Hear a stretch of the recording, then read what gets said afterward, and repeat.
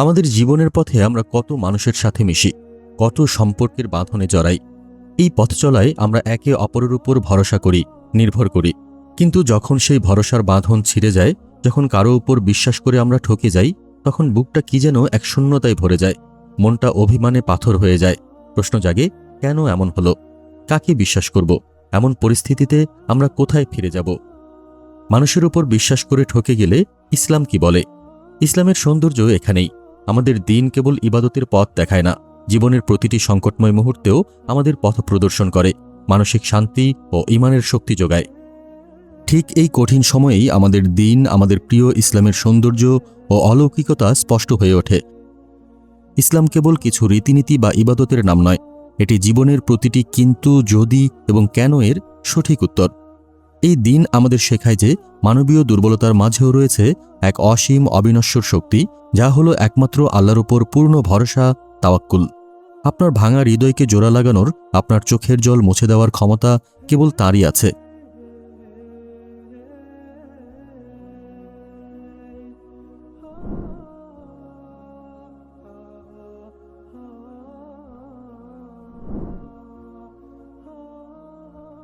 এক, মানুষের দুর্বলতা ও সীমাবদ্ধতা স্মরণ। প্রিয় ভাই ও বোনেরা, মনে রাখবেন, মানুষ হলো দুর্বল সৃষ্টি। মানুষ ভুল করে, ভুলে যায়, তার ক্ষমতা সীমিত। সে প্রতিশ্রুতি দিতে পারে, কিন্তু পালন নাও করতে পারে।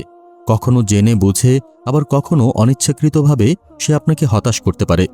মানুষের জ্ঞান, ক্ষমতা এবং সংকল্প সবই পরিবর্তনশীল। ওয়ামা উতিতুম মিনাল ইলমি ইল্লা কলিলা, অর্থাৎ তোমাদেরকে সামান্য জ্ঞানই দেওয়া হয়েছে। সূরা ইসরা 85। মানুষের এই সীমাবদ্ধতা আল্লাহর অসীম ক্ষমতার সামনে কিছুই নয়। 2, আল্লাহর উপর পূর্ণ ভরসা বা তাওয়াক্কুল।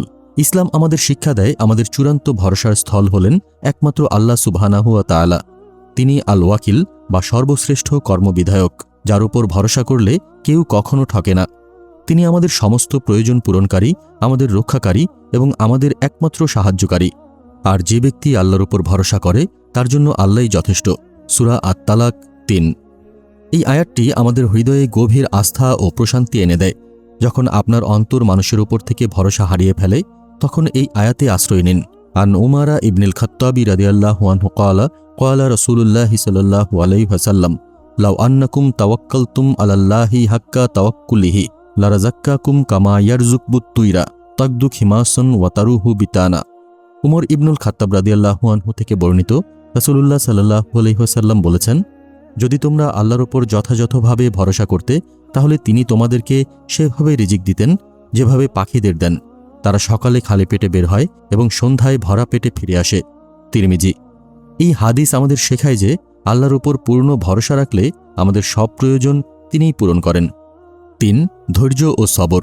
ভাঙা হৃদয়ের পরম সান্ত্বনা। মানুষের উপর ভরসা করে ঠকে গেলে যে ব্যথা হৃদয়ে সৃষ্টি হয়, তা কেবল সময়ের মলমেই সারে না। সেই গভীর ক্ষত দূর করতে প্রয়োজন হয় এক মুমিন সুলভ মহৎ গুণের, আর তা হল ধৈর্য বা সবর। কিন্তু সবর মানে কি? এটা কি শুধু নীরবে কষ্ট সহ্য করে যাওয়া? না, তা নয়। ইসলামে সবর হল আল্লাহর ফয়সালার উপর পূর্ণ সন্তুষ্টির সাথে স্থির থাকা, নিজের কষ্টের প্রকাশে অস্থির না হওয়া এবং পরিস্থিতিকে আল্লাহর কাছ থেকে আসা একটি পরীক্ষা হিসেবে মেনে নেওয়া। এটি আপনাকে মনে করিয়ে দেয় যে সৃষ্টিকর্তার বিচার সবকিছুর ঊর্ধ্বে। ফাসবির ইন্না ওয়াদাল্লাহি হাকব, অর্থাৎ সুতরাং ধৈর্য ধারণ করো, নিশ্চয়ই আল্লাহর প্রতিশ্রুতি সত্য। সূরা রুম আয়াত 60। আপনার উপর হওয়া অন্যায় বা ক্ষতি আজ হয়তো তীব্র যন্ত্রণার কারণ, কিন্তু মনে রাখবেন, এই ব্যথা সাময়িক, আর আল্লাহর প্রতিদান চিরস্থায়ী। আল্লাহর প্রতিশ্রুতি হল সত্য। যখন আপনি আল্লাহর উপর তাওয়াক্কুল করে ধৈর্য ধারণ করেন, তখন তিনি কেবল আপনার হৃদয়ের শান্তি ফিরিয়ে দেন না, বরং আপনার এই সবরকে এক বিশাল প্রতিদান ও কল্যাণে পরিণত করেন। রাসূলুল্লাহ সাল্লাল্লাহু আলাইহি ওয়াসাল্লাম আমাদের এই কষ্টের মধ্যেও এক পরম সান্ত্বনার কথা শুনিয়েছেন। তিনি বলেছেন, কোনো মুসলিম যখন কোনো ব্যাধি বা অন্য কোনো কষ্ট দ্বারা আক্রান্ত হয়, তখন আল্লাহ তার গুনাহসমূহ এমনভাবে ঝরিয়ে দেন যেমন গাছ তার পাতা ঝরিয়ে দেয়। বুখারী ও মুসলিম। সুতরাং আপনার এই আঘাত, এই কষ্ট হয়তো আপনার জানা অজানা অনেক গুনাহ মাফের কারণ হচ্ছে। মানুষ আপনাকে ঠকিয়ে হয়তো তার গুনাহ বাড়ালো, আর আপনার ধৈর্য আপনার নেকামলের পাল্লা ভারী করল। এটিই আল্লাহর সুবিচার, যিনি কোনো মুমিনের কষ্টকে বৃথা যেতে দেন না। ধৈর্য ধরুন, কারণ আল্লাহ সবরকারীদের ভালোবাসেন। 4, ক্ষমা ও শিক্ষা গ্রহণ। আঘাতকে শক্তিতে রূপান্তর। মানুষের প্রতারণা বা বিশ্বাসঘাতকতা আমাদের হৃদয়ে যে আগুন জ্বালিয়ে দেয় তা হলো রাগ, হতাশা এবং প্রতিশোধের তীব্র আকাঙ্ক্ষা। মনে রাখবেন, এই রাগ বা প্রতিশোধের চিন্তা আমাদের অন্তরকে আরও বেশি ভারাক্রান্ত করে তোলে, যা আল্লাহর নৈকট্য লাভের পথে বাধা সৃষ্টি করে। ইসলাম এই কঠিন পরিস্থিতিতে আমাদের এক মহৎ গুণের শিক্ষা দেয়, আর তা হল ক্ষমা ও সহানুভূতি। যে আপনাকে ঠকিয়েছে তার প্রতি বিদ্বেষ পুষে রাখার চেয়ে বরং আল্লাহর কাছে তার হেদায়েতের জন্য দোয়া করাই মুমিনের কাজ। কারণ ক্ষমা হলো অন্তরের শ্রেষ্ঠত্ব, যা আপনাকে ওই ব্যক্তির দুর্বলতার ঊর্ধ্বে তুলে ধরে। অর্থাৎ ক্ষমা অবলম্বন করো, সৎ কাজের নির্দেশ দাও এবং মূর্খদেরকে এড়িয়ে চলো। সূরা আল আরাফ 199। আল্লাহ এই আয়াতে আমাদের নির্দেশ দিচ্ছেন যেন আমরা কেবল ক্ষমা করেই থেমে না যাই, বরং মূর্খদের সাথে বিতর্কে না জড়িয়ে তাদের এড়িয়ে চলি। ক্ষমা আপনার অন্তরকে হালকা করবে, আর তাদের এড়িয়ে যাওয়া আপনাকে অনর্থক মানসিক যন্ত্রণা থেকে মুক্তি দেবে। কিন্তু এই অভিজ্ঞতা থেকে আপনাকে সবচেয়ে বড় যে শিক্ষাটি নিতে হবে তা হল, আপনার হৃদয়ের সর্বোচ্চ স্থানটি কেবল আল্লাহর জন্য সংরক্ষিত। মানুষ তার প্রয়োজনে আসে, তার সামর্থ্য অনুযায়ী সাহায্য করে এবং তার সীমাবদ্ধতা অনুযায়ী সরেও যেতে পারে। তাই এখন থেকে মানুষের উপর ভরসা করবেন অবশ্যই, কারণ এটাই সমাজের নিয়ম। কিন্তু সেই ভরসা যেন কোনোভাবেই আপনার তাওয়াক্কুল বা আল্লাহর উপর চূড়ান্ত নির্ভরতা এর উপরে চলে না যায়।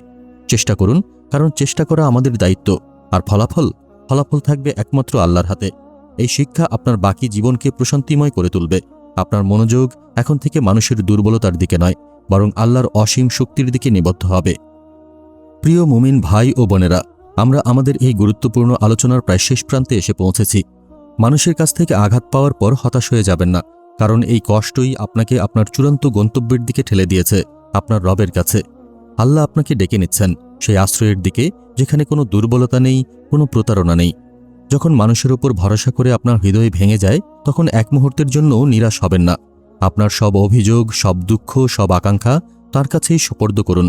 আপনার দোয়া তার কাছেই করুন, কারণ পৃথিবীর সব দরজা বন্ধ হলেও মহান আল্লাহর ওয়াকিলের দরজা আপনার জন্য সবসময় খোলা থাকে।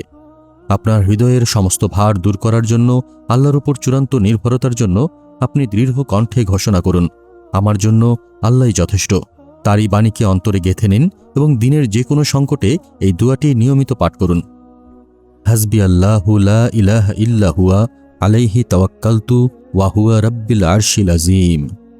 অর্থাৎ, আমার জন্য আল্লাহই যথেষ্ট, তিনি ছাড়া কোনো ইলাহ নেই, আমি তাঁরই উপর ভরসা করলাম, আর তিনিই মহান আরশের রব। সূরা তাওবা 129।